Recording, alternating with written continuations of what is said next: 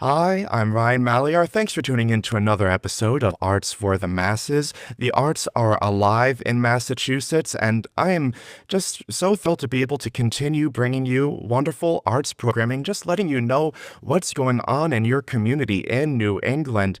And if you're listening to this as a podcast, please know that all of these episodes are available as a video as well, so you get to see the beautiful people that I'm bringing onto this show, and all of these fabulous performers and creatives and people that are just so passionate about bringing the arts to their community. Today I have some special guests from the Footlight Club. The Footlight Club is in Jamaica Plain, Massachusetts, and they're preparing for a production of The Prom. And we've had some other guests on recently also doing The Prom, so I'm really going to dive in and find out what is that hook about The Prom that makes it so popular in regional theaters right now. So I'm delighted to have the director of The Prom, Jill Tokac, and producer Jim Ansart. Welcome to Arts for the Masses.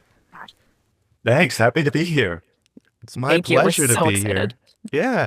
So, Jill, I'd like to talk to you a little bit first about The Prom. For those who aren't familiar, give me a little rundown of what this show is and what type of music folks can expect, and why this show is being performed here in Jamaica Plain by the Footlight Club.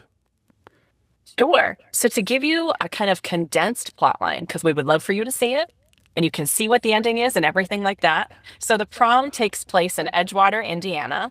And what happens is there's a high school student named Emma, and she's someone who identifies as gay. And she would like to go to the prom with her girlfriend. But unfortunately, the PTA in that town is not a fan of that at all, tries to shut that down. And while at the same time in New York City, there are two Broadway aging stars named Dee Dee and Barry, and they have just opened a show that is quite the flop. And they are trying to find something that's going to help with their image. So they think the best thing to do is to go find a social cause that's going to make them look better. And so one of their friends, Angie, who is another Broadway performer, she sees on social media that this is all happening in Edgewater, Indiana. So with the help of Angie and Trent, Dee Dee and Barry and those four, and also Sheldon, who is their press relations person, they all go to Edgewater, Indiana to try to start a ruckus and fix this problem, all with the goal of making their image look better. And while they're there, they learn things about themselves. Emma becomes more of her own person, and they start to learn that in order to make real change, you have to care about the problem. And Emma herself learns that being a leader and being someone who steps out and speaks openly can be really, really tough. And they all learn together that this is something that's incredibly important. No matter how much you want to make your image look better, you really have to care about these things, and you really have to stay true to yourself and realize that in order to create change, you have to be open, you have to be receptive, and you yourself might have to change as well. And the music that you're going to hear in this is some really fun pop musical theater style music. Something that's fun about this show that you don't get to see a lot in modern musicals is that it has an overture. For some reason, in modern musicals, the overture has been completely wiped out. That and tap dancing. Unfortunately, we don't have tap in this musical, but we do have an overture, which is so lovely. It's such a fun experience to be standing backstage while the curtain is down and the overture is playing. Some of the most popular songs from this musical include You Happened, Dance With You, Tonight Belongs to You. One of my very favorites is Zaz, and that one is a bit of a Fosse number. Unruly Heart is a really big one as well, and it has And such a my wonderful favorite, message. of course, is Barry's Going to Prom. Yes. Such a good one, and a wonderful number to watch as well. The person we have playing Barry is a perfect fit, is going to deliver you exactly the performance that you want. And on top of that, I think the reason why this show is so important and why so many of us are doing it now is not only because the rights have just come out for theaters to do it, so that's the logical reason. It's out, so now we can all do it, which is fantastic, and we're so excited. But on top of that, we are still living in a society in which the exact plot of The Prom is happening all over the United States. There are some students who are barred from going to their proms because of how they identify in 2025. We are also premiering the show right around prom season for a lot of people, because in May/June is when high schools tend to have proms. On top of that, we think that this is a really telling time in that there are celebrities who help with pushing legislation. There are lines within the musical that are so important. One of the most important being, people kowtow to the folks in the biz. What that means is that sometimes, in order to push things forward, having a celebrity endorsement will sometimes help with that. And this musical not only touches upon that in a serious way, but kind of makes a mockery of it a little bit. And the celebrities in this show learn how much that's kind of a crazy thing to have happening in our society. So those are reasons as to why it's so important and so fun to do now. On top of that, it's a wonderful show to have a beautifully diverse and talented ensemble cast, some incredible leads at the forefront, and music that a lot of people really enjoy. So we're honored to be one of the many community theaters and regional theaters to be doing it this season. One thing that really strikes me as being harmonious about the prom and theater itself is that theater for me has always been my safe space for me to explore who I am without any shame or embarrassment. And we have that level of performers of all different types and genders and sexual identification that are always available and willing to do theater. And this show really matches with that message as well of the inclusivity and strive for just humanity that the show presents. Do you see that combination as well? Oh, yes, of course. And while we were even in the audition room, even pre-auditions, that was something that we were super duper focused on. That not only are we casting a show with really talented people who are also available to come to rehearsals, that's another part of casting that's very important, is can you even do the show? So on top of that, we were really thinking about not only having a wonderful cast that's going to create a beautiful show, but have people that care about one another, that they come into the rehearsal room to create community, to respect one another, and hopefully at the end of this, have a group of amazing new friends, all people that come from different backgrounds and perspectives, and also have varying levels of theater experience. That's the other thing, is that as much as we want incredibly talented folks for the prom, we also want people who care and really enjoy theater, and maybe this is their debut back into the theater after a while. And hopefully this show is reigniting your passion for that. So that's something that we talk about all the time. We foster it in the rehearsal room as much as possible. Sometimes we'll do question of the day and we'll ask everybody a fun question that will get folks to communicate with one another and see that they have similarities with each other. We try to keep it really nice and light, and we're laughing and joking and having a wonderful time while still providing a wonderful product. And we're really hoping that by the end of this process, that this group of people, they go and hang out with one another. One of my favorite things is sometimes I'll see, we have a Slack channel with each other, is that someone will initiate a hangout with everybody and they'll be like, hey guys, I'm going to JP Licks before rehearsal. Do you want to join me? And that's exactly what we wanted to foster. And we didn't even have to tell them to do that. They're just hanging out with each other because they want to, which is just so lovely, and we're very grateful. And this show not only allows for diversity of humans and their sexual identification and how they present themselves, but a wide range of ages as well. It gives some really great meaty parts for some of the more mature character actors as well, to balance out this really joyful teen ensemble. So it's great when you see all of that on stage. You're not seeing a very young production of Grease. You get to see all different ages of people doing what they do so well. Oh, yes. Oh, I agree. And I think when we were thinking about casting, we thought that that could be a great opportunity for folks who maybe, like I said before, haven't done theater in a while and they want to come back and do a glorious 11 o'clock number style. This is me. I am back in the theater. And we were so excited while casting to be calling some of those people, because a lot of the folks that we did cast in those roles haven't had a lead like this in a while, or they haven't explored a character in this way. And to hear the joy in their voices when we casted them was just so exciting. On top of that, I think what's been really fun is seeing how they work with one another. Because out of some of these cast members that are in those roles, there are some who've been doing this for a long time and have been continuously getting leads in that way. And then there are others who haven't. And seeing them form such a wonderful friendship with one another, and then on top of that, give each other really good notes. They help each other out in a way that makes the show better, that makes it more authentic. So sometimes when I'm doing character work with these people, I barely have to talk because these guys are already talking to one another and they're forming those relationships. And even they're finding things about their characters that they like and that they don't like on top of that. So it's been so cool to see that. And you're right. I think it's a great way to show that in the theater, of course, there's a lot of youth that are involved, or a lot of people who are on the younger side that fill out an ensemble and all these leads. But I think this also goes to show that folks of any age can still carry an entire show.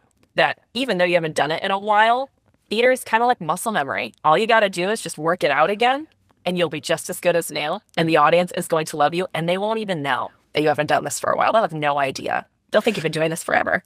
I saw a fantastic video that one of you had posted on social media with some of the dancing for the show. And I just have to express, for those who aren't able to watch the video we're rolling in and might be listening as a podcast, this video was taken weeks ago in the rehearsal process, and the caliber of the choreography and the way it's being executed is truly at the most professional level. Tell me a little bit about who's choreographing this show and what other team members you have assembled on the artistic side. I'm so glad you mentioned this, because this is another big pull for the show. Not only is the music fantastic, the acting, the set, the everything. You're going to want to come for the dancing. So our choreographer is the wonderful Chad Flahive. He is a prom expert. He knows this musical top to bottom. And the choreography that he's brought to this show is not only incredibly professional, but it's stunning, and it's difficult, but a good difficult. And the pictures, the stage pictures that he's created, he's really kept the show in mind with his choreography. He knows the show so well that he gives them really good acting notes and character notes within what they're doing. And on top of that, these cast members get the best work out of their lives. They get to do a wonderful musical that they love. But on top of that, they get to dance and sing and do something that is almost like Broadway level. So on top of that, he also has two fantastic dance captains that we do have to shout out, because anytime Chad is not there, these dance captains, they're running these numbers. They have kind and thoughtful feedback, and they are communicative about everything that's going on. They will come into rehearsal an hour early just so that they can practice these things together. Wow. And those two dance captains are Carly Fallon and Amanda Raponi. This entire dance team, Chad, Amanda, and Carly, is killer. So if you're going to come see the musical for any other reason besides the fact that you love it, please see it for the dancing. It is going to knock your socks off. Jim, I'm hoping you can tell me a little bit more about this theater. From what I'm reading, this is one of the oldest continuously operating community theaters in America. And of course, we're speaking about the Footlight Club in Jamaica Plain. So tell me a little bit about the history of this organization and how it's sustained for so long.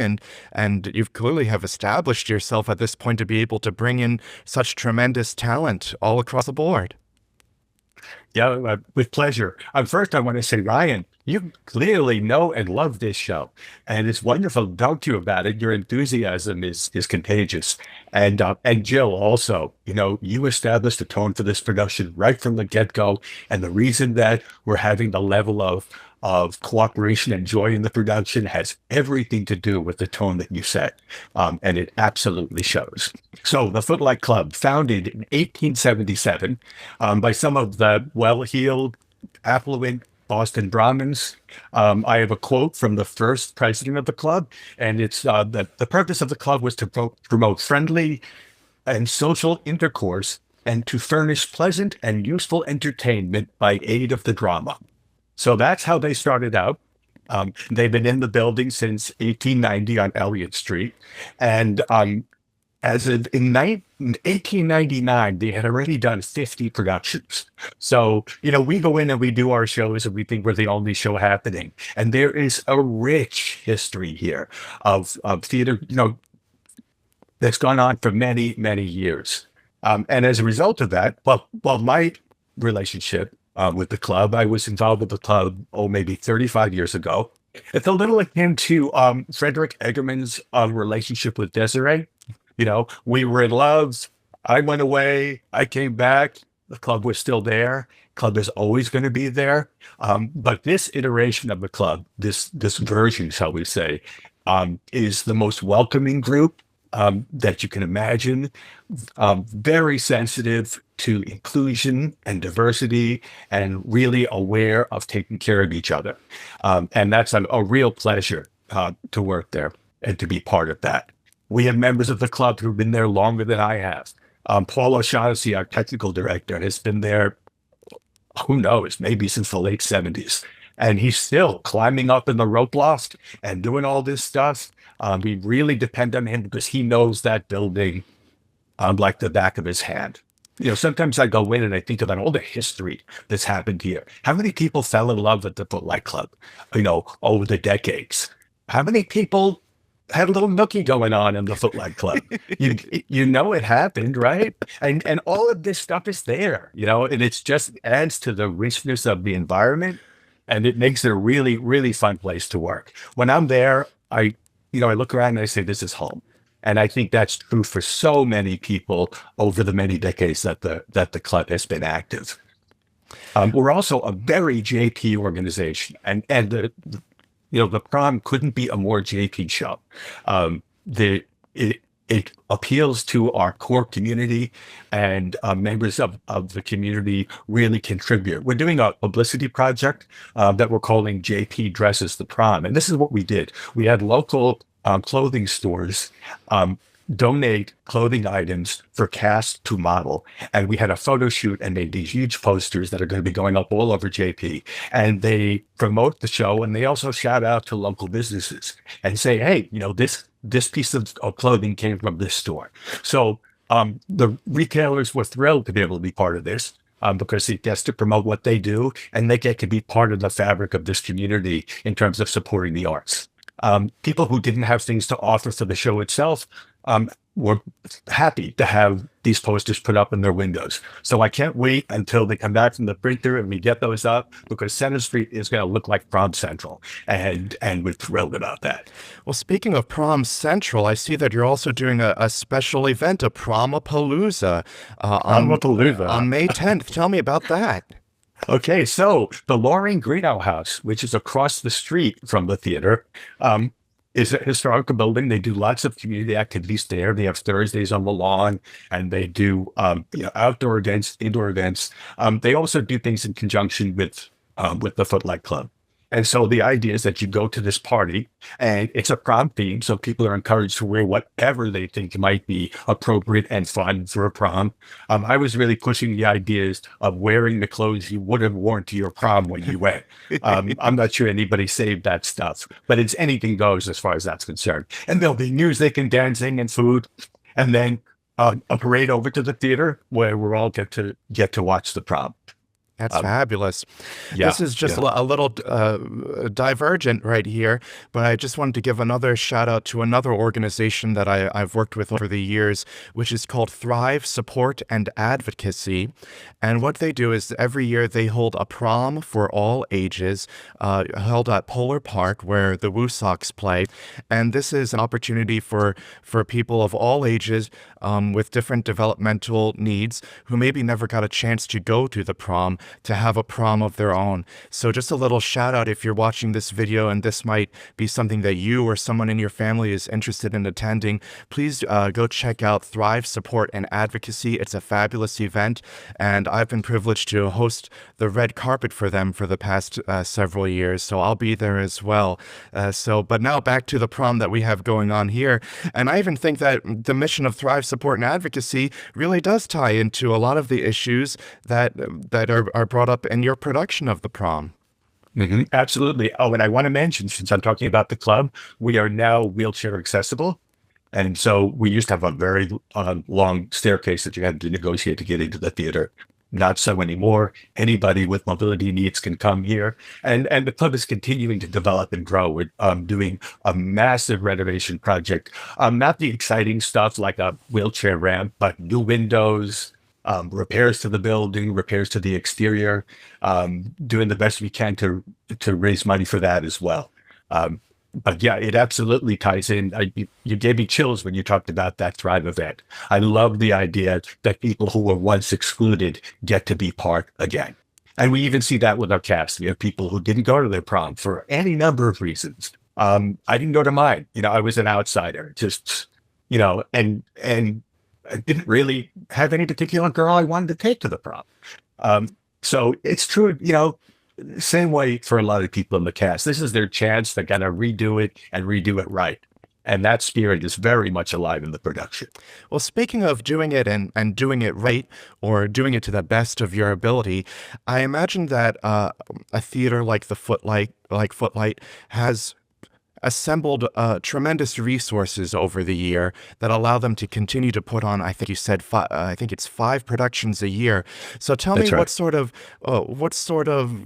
what you've assembled in terms of resources for sets and lighting and costumes, and even on the artistic side of things. You mentioned that longtime person who's been doing lights for you and isn't afraid to climb up into the rafters to do that for you. That holds such strength in a community theater, to have an established home and some resources at your disposal. What's in your back Yeah. pocket over there? Yeah, absolutely. And in addition to the 5 productions that you talked about on the main stage, we also have the 7A series, which is in the Parker Room downstairs. And those are smaller productions, one acts, things with small casts. It's a great opportunity to get to do that dream project you've always wanted to direct, but haven't had a chance to. It's a really good way for people to get their feet wet who, are somewhat new to theater. So it's a wonderful opportunity for that. Yeah, so we have, like the cast, we've got a mix of old and young people involved with the club, people who have had decades of experience there, and we constantly pull on those resources.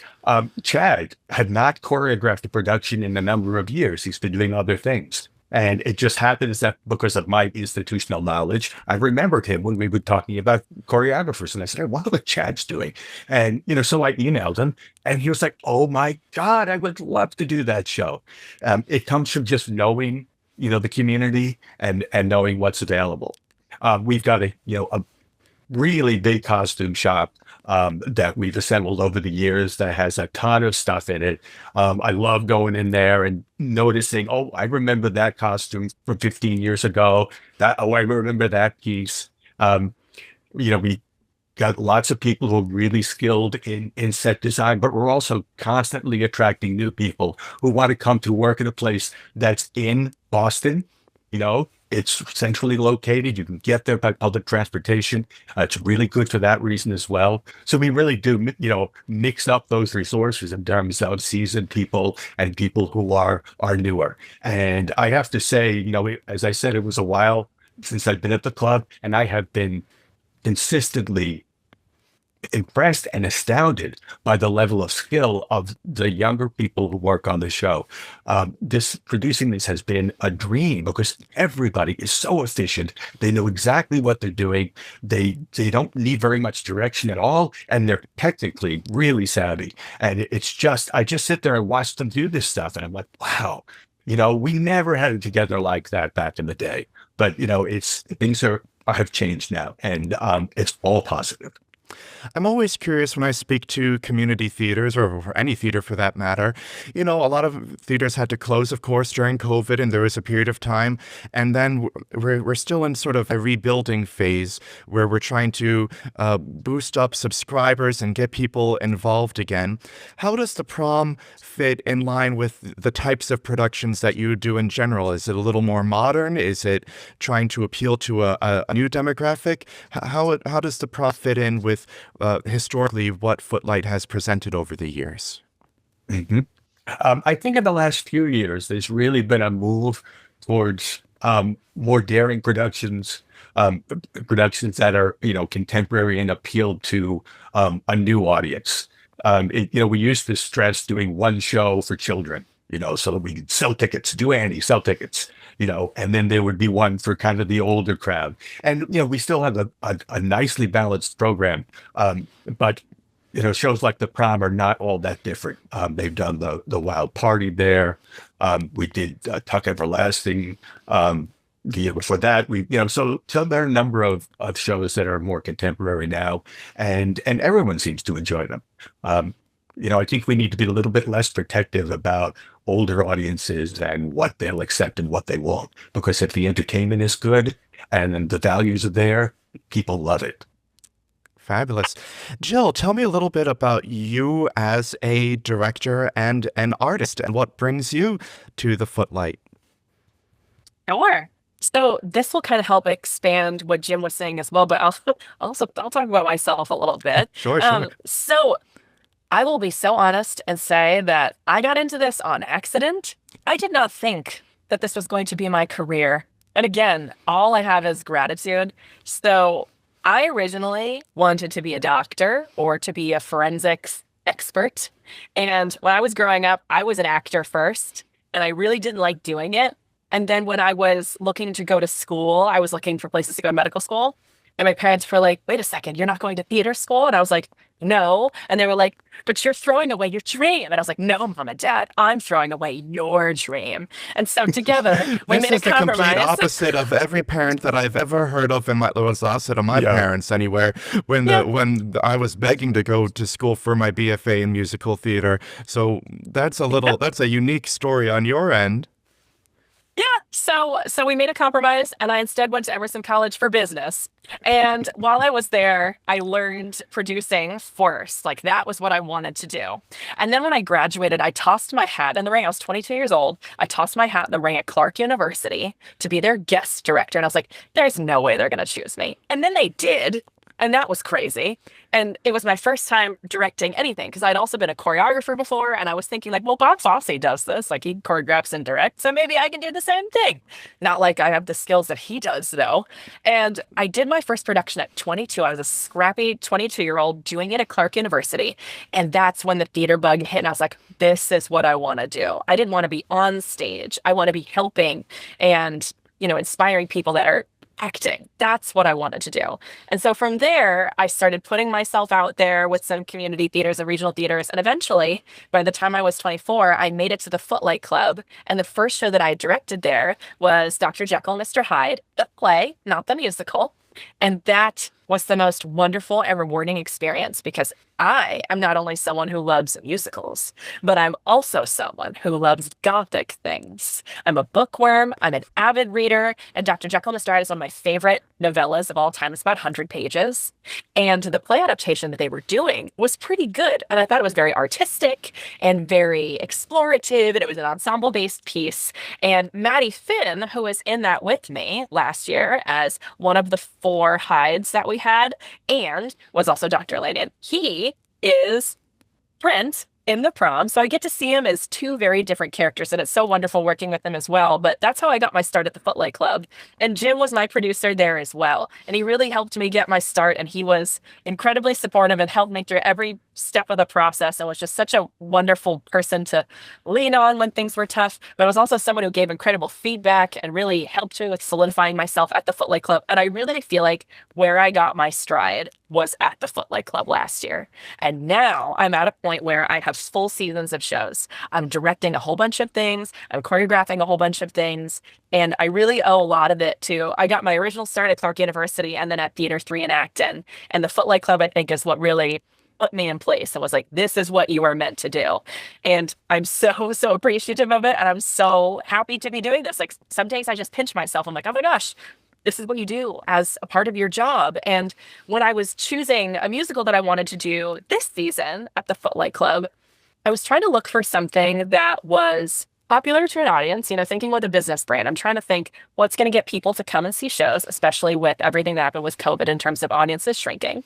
On top of that, I wanted to find something that has a social issue that people would be willing to learn more about and to engage in a musical way.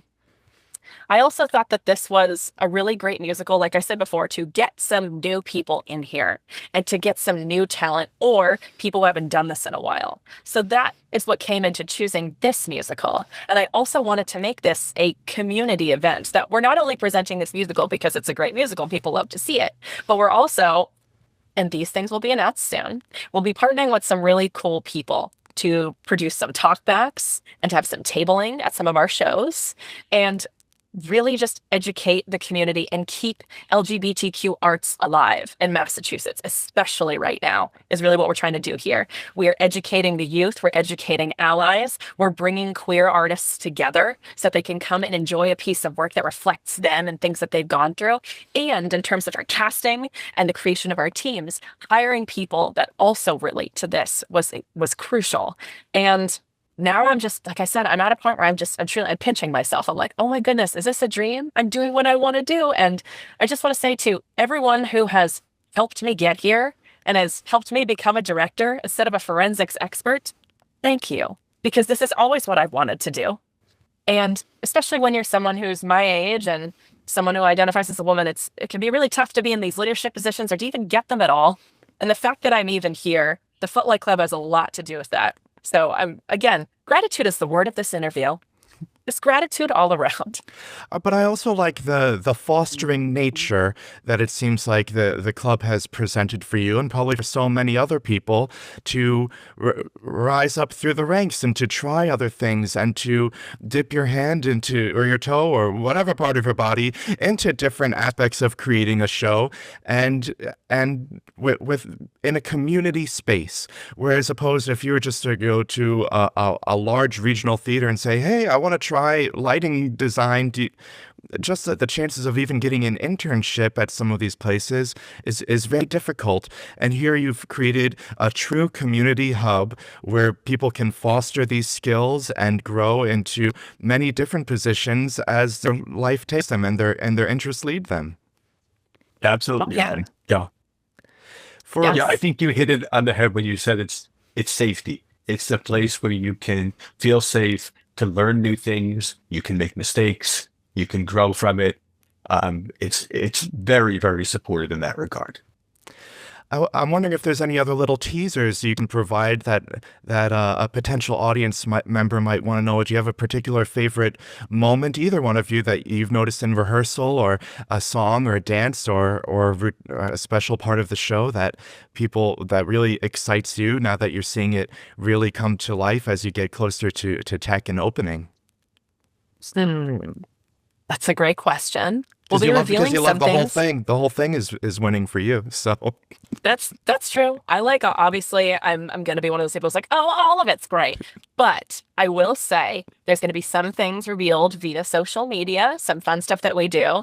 If anybody who works on shows with me, they know that I like to make fun trailers for the show and like concept videos. So those will be coming out. So you just wait, follow us on social media, follow Footlight Club on social media, and you'll see that there. But in terms of some of my favorite parts of the show, I really feel like, I'm not going to say what Unruly Heart looks like, but I think that one's going to hit and people are really going to enjoy that one. Also, within the characterization of these iconic characters in the show, I think a lot of people, when they come to the prom, they expect something. It's a show where people get kind of attached to it and they're like, okay, so Barry's supposed to be like this and Dee Dee's supposed to be like this and blah, blah, blah. You know, they have expectations. I would say come in with none of those. Because when we do shows at the Footlight Club, when I do shows anywhere, when I do character work with anybody, we create a truly original character. In that, we're fusing parts of yourself and what you want this character to be. So the relationships that we've made between each of these characters are a bit kinder, and they're a bit more friendship and community focused. The reason being is that I want to showcase that even in something like the prom, even with celebrities, that something like that can exist. And also, we know that theater is a fantasy and it's a suspension of disbelief, so why not create that on the stage anyway? So when you come in and you see these characters and when you experience this musical, you'll even see the community on the stage. You'll see a very different take on these characters, but a take that I think is necessary and is going to move this show forward as well. So this show was created in the 2010s, and it premiered originally in Atlanta in 2016, and then it was on Broadway in 2018. And what's crazy is even then, even a show from 2018 can be a bit dated in its language and a bit dated in some of its content. Stuff, for some reason, between the 2010s and the 2020s ages real fast, especially with technology. So moving some of those things forward, moving the show forward in that way, I think is going to be really wonderful. And that's what I'll tease to the audience for now. I will also say, you had mentioned Barry's Going to the Prom. You're going to love that one. You're going to love Zaz. You're going to love Ladies Improving. Every single number. But I think the one that is absolutely going to knock people's socks off, and you just wait until you see it, Love Thy Neighbor. You're going to love it. Fantastic. Before we wrap up and we get all the juicy details of where people can find tickets, any other things that you'd like to contribute and let the audiences know about the prom or about Footlight? Come see the show. Yes. You know? Yes. Come and see the show. We also are working with a dramaturg to create a really lovely presentation about the show itself and the history and things like that. So come to learn, come to enjoy, come to feel emotions, come to find community, and hopefully you'll make a new friend at the show as well.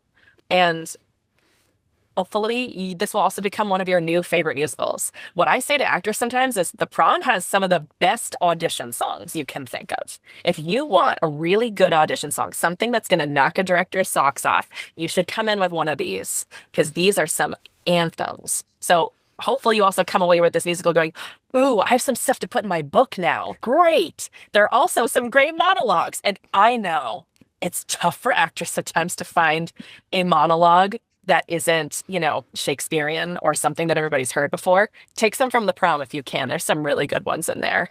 But yeah, I would agree with Jim. Come see it. And also, if you can, there's some other great shows happening during our time period, during the Prom.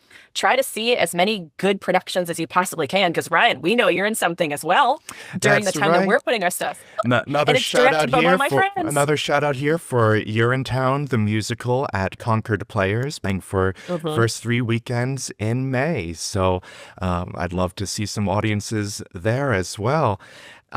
Let's wrap up here. Tell people where they can find more information about the Prom and the Footlight Club, where they can get those tickets before they all fly away and they don't have a chance to even grab a seat. It's very simple. www.footlight.org. That's where you can get tickets. That's the story. That's the story, and he's sticking to it. Well, thank you all so much for joining me. Thank you, Jim. Thank you, Jill, for coming on to this episode of Arts for the Masses. Thanks a lot. Thank you. Take care. That brings us to the end of this episode. What a fabulous show and a fabulous group of people. I haven't been to the Footlight Club in years, and I will definitely be checking out the Prom. Like I said earlier, this is such a fantastic show, full of so much joy, so much heart, and audiences really of all ages. There's something for everyone. So get out there and support the arts in your community. I'm sure you might even know someone in the show. So get out there, have a great time, and maybe even go to that Prom-Palooza too. I might have to see if my tux still fits. That brings us to the end of another episode of Arts for the Masses. If you're an arts organization in Massachusetts or Greater New England, please be in touch. I'd love to have you on the show, either virtually like this interview right here, or I can host you in the studio. We film out of WMCT TV in Marlborough, Massachusetts. I'm Ryan Malyar, and thanks for watching.